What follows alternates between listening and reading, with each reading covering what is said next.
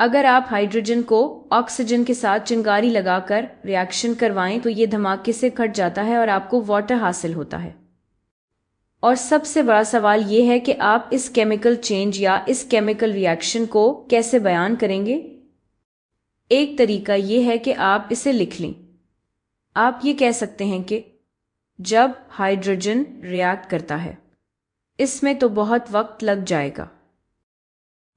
मैं इसे लिख लेती हूं। एक और तरीका यह है कि हम इसे बना सकते हैं मिसाल के तौर पर। तो हम मिसाल के तौर पर हाइड्रोजन को बना सकते हैं। यहां एक हाइड्रोजन है, यह भी बहुत वक्त लेगा। तो इस वीडियो में जो सबसे बड़ा सवाल आपको हल करना है वो ये है कि हम केमिकल रिएक्शंस और केमिकल चेंजेस को मौसर तरीके से कैसे बयान कर सकते हैं। तो आइए ये जानते हैं। सबसे पहला कदम ये है कि केमिकल फॉर्मूलर्स को याद रखें। केमिकल फॉर्मूलर्स हमें बताते हैं कि एक मॉलिक्यूल या कंपाउंड में हर एलिमेंट के कितने एटम्स मौजूद हैं। मिसाल के तौर पर अगर आप केमिकल फॉर्मूला H2 को देखें या H जो हाइड्रोजन को जाहिर करता है, तो ये हाइड्रोजन का केमिकल फॉर्मूला है, लेकिन ये क्या जाहिर करता है? ये सबस्क्रिप्ट 2 है। याद रखें तो आप देख सकते हैं कि यहाँ एक सबस्क्रिप्ट है। ये सबस्क्रिप्ट 2 बताता है कि इस यूनिट में हाइड्रोजन के 2 एटम्स हैं। ठीक है, तो अगर आप इसे तसव्वुर करें तो हम इसे इस तरह विजुअलाइज करेंगे। यहाँ हाइड्रोजन के 2 एटम्स हैं। अच्छा, अब इस वाले की बात करते हैं। ये सब्सटेंस ऑक्सीजन है और यहाँ जो 2 सबस्क्रिप्ट है वो बताता है कि इस यूनिट में ऑक्सीजन के 2 एटम्स हैं। ठीक है, और आखिर में हमारे पास वाटर का केमिकल फॉर्मूला है। ये क्या बताता है? एक यूनिट वाटर में हमारे पास हाइड्रोजन के 2 एटम्स होंगे, क्योंकि यहाँ सबस्क्रिप्ट 2 है और ऑक्सीजन का 1 एटम होगा। अगर कोई सबस्क्रिप्ट ना हो तो इसका मतलब है कि सिर्फ एक है। तो हाइड्रोजन के 2 एटम्स और ऑक्सीजन का 1 एटम आपस में जड़कर आपको वाटर का 1 यूनिट यानी एक मॉलिक्यूल देते हैं। ठीक है, तो ये है केमिकल फॉर्मूला। अब जब हमारे पास ये है तो हम ये जानने के लिए तैयार हैं कि केमिकल चेंजेस को कम्युनिकेट करने का सबसे एफिशिएंट तरीका क्या है, और वो है केमिकल इक्वेशंस के जरिए। लेकिन केमिकल इक्वेशन असल में है क्या? इसको सीखने का सबसे अच्छा तरीका यह है कि सीधा एक एग्जाम्पल से समझें। तो आइए देखते हैं कि वो सबसे एफिशिएंट तरीका क्या है जिससे हम वो रिएक्शन कम्युनिकेट कर सकते हैं जिसके बारे में हमने बात की थी। ठीक है, ये रहा। बूम। अच्छा, अब इसे थोड़ा सा ब्रेक करते हैं। ठीक है, सबसे पहले आप देख सकते हैं कि एरो मार्क के बाएं तरफ कुछ चीजें हैं, इनको रिएक्टेंट्स कहते हैं, और एरो मार्क के दाएं तरफ जो चीजें हैं उन्हें प्रोडक्ट्स कहते हैं। तो यहां हमारे पास 2 रिएक्टेंट्स हैं और एक प्रोडक्ट है। ठीक है, और अब इसे पढ़ने का तरीका ये है। हम कहेंगे हाइड्रोजन रिएक्ट्स विद ऑक्सीजन जिससे बनता है वाटर। ये लीजिए। अच्छा, अब कुछ और एग्जाम्पल्स लेते हैं। ठीक है दोस्तों, ये एक और एग्जाम्पल है। इस एग्जाम्पल में आप देख सकते हैं कि सिर्फ एक रिएक्टेंट है और 2 प्रोडक्ट्स हैं। तो चूंकि ये किसी और चीज के साथ रिएक्ट नहीं कर रहा, इसलिए ये टूट रहा है। ठीक है, तो इसे पढ़ने का तरीका ये होगा। हम कहेंगे कैल्शियम कार्बोनेट, और नामों की फिक्र न करें, हम आहिस्ता आहिस्ता उनके बारे में सीखेंगे। लेकिन कैल्शियम कार्बोनेट ब्रेक या डिकम्पोजेस होकर बनाता है कैल्शियम ऑक्साइड और कार्बन डाइऑक्साइड। अच्छा, अब एक आखिरी कोशिश करते हैं, और इस बार हमारे पास 2 रिएक्टेंट्स और 2 प्रोडक्ट्स हैं। तो इसे पढ़ने का तरीका ये है। Copper reacts with silver nitrate to produce copper nitrate और सिल्वर। ये लीजिए। अब हम पहुंच गए हैं आखिरी कॉन्सेप्ट पर और सबसे इंपॉर्टेंट कॉन्सेप्ट पर, और वो है law of conservation of matter, जिसका मतलब है कि मैटर ना पैदा किया जा सकता है और ना ही ख़त्म किया जा सकता है। यानी हमारे केस में एटम्स ना पैदा होते हैं और ना ही ख़त्म होते हैं। याद रखें, केमिकल रिएक्शन में एटम्स सिर्फ रीअरेंज होते हैं ताकि नई चीजें बन सकें। तो इसका मतलब यह है कि हर एलिमेंट के लिए एरो मार्क के बाएं तरफ जितने एटम्स हैं बिल्कुल इतने ही एटम्स इस एलिमेंट के एरो मार्क के दाएं तरफ भी होने चाहिए। और ये चेक करना बहुत ज़रूरी है। तो आइए देखते हैं कि केमिकल इक्वेशंस में ये कैसे चेक करते हैं। तो पहले वाले से शुरू करते हैं। अच्छा, यहाँ हमें ये देखना है कि हाइड्रोजन और ऑक्सीजन के एटम्स की तादाद बाएं और दाएं तरफ एक जैसी है या नहीं। और सबसे अच्छा तरीका यह है कि आप इसे लिख लें और इसका हिसाब रखें। चलें हाइड्रोजन से शुरू करते हैं। ठीक है, देखते हैं कि हमारे पास बाएं तरफ कितने एटम्स हैं और दाएं तरफ कितने हैं। तो पहले बाएं तरफ वाले देखते हैं।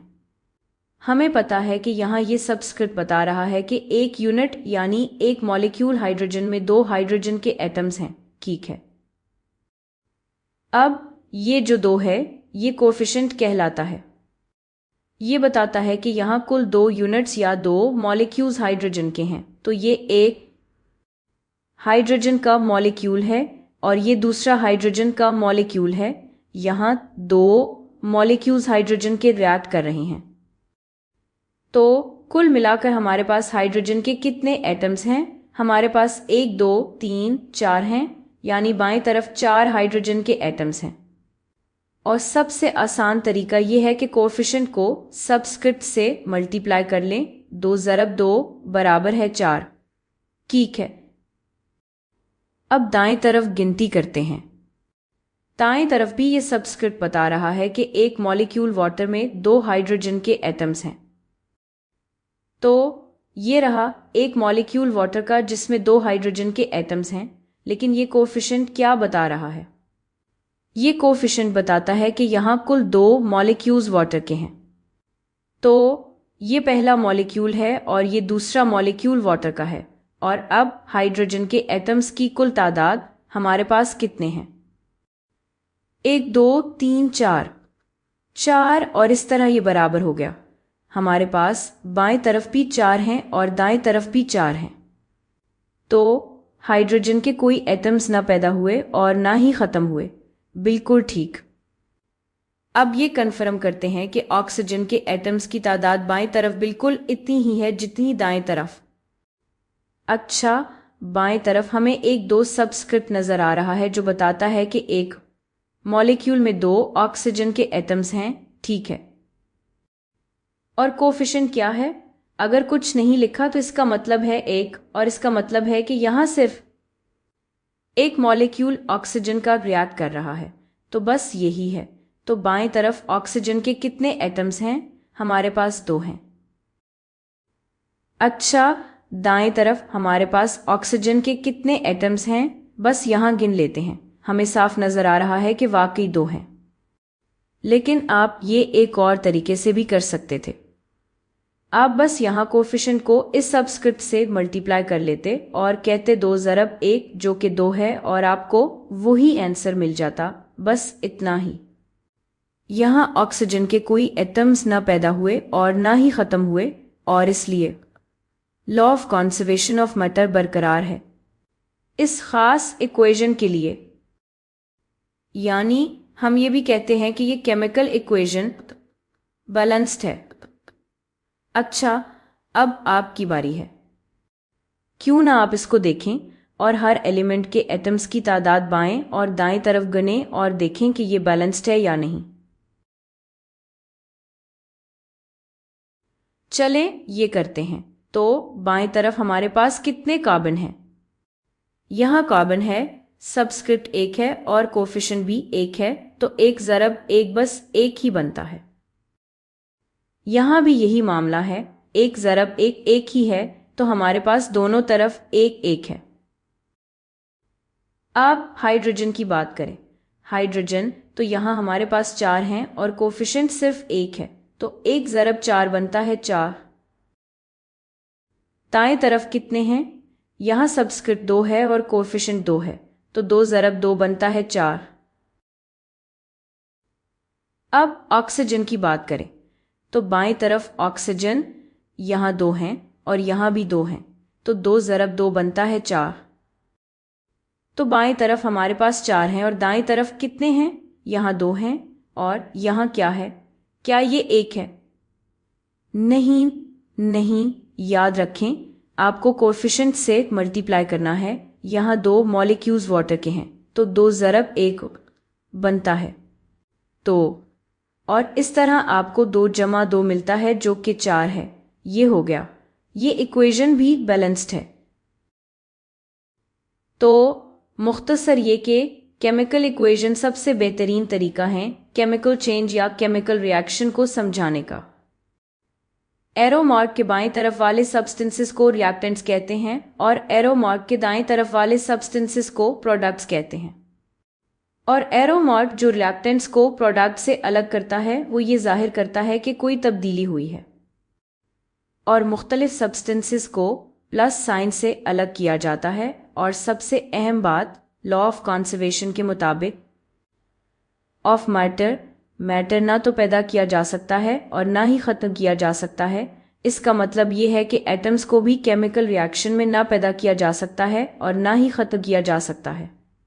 ये सिर्फ अपनी तरतीब बदलते हैं और इसीलिए उन्हें काउंट करना ज़रूरी है। और उन्हें काउंट करने का सबसे बेहतरीन तरीका यह है कि कोएफिशिएंट देखें, सबस्क्रिप्ट देखें और फिर उन्हें मल्टीप्लाई करें और आप उन्हें काउंट करें और ये यकीनी बनाएं कि हर एलिमेंट के एटम्स की तादाद बाएं और दाएं दोनों तरफ एक जैसी हो।